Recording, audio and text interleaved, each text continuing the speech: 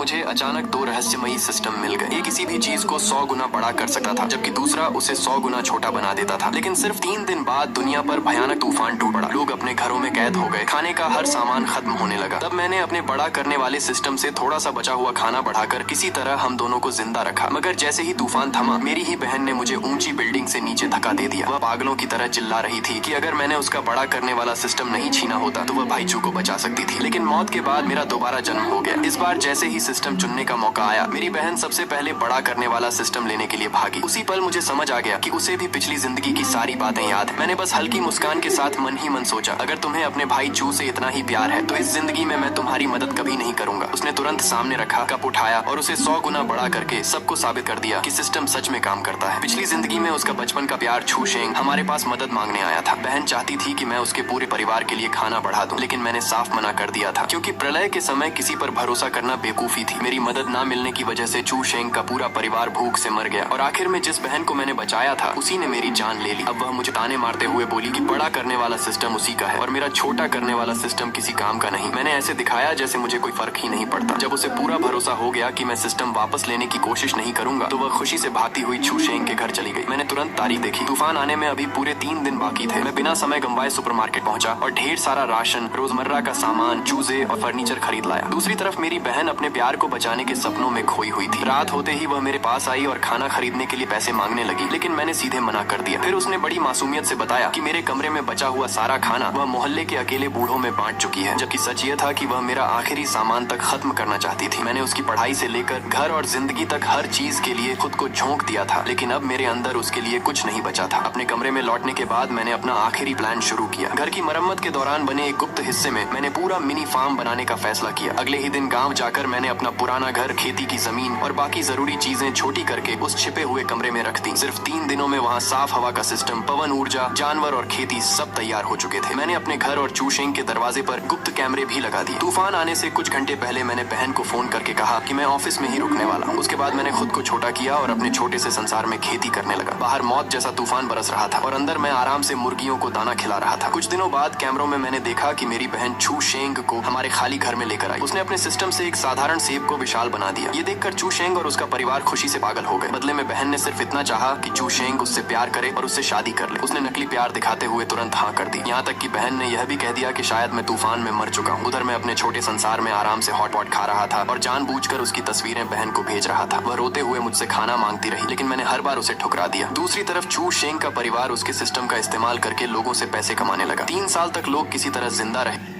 मेरी बहन और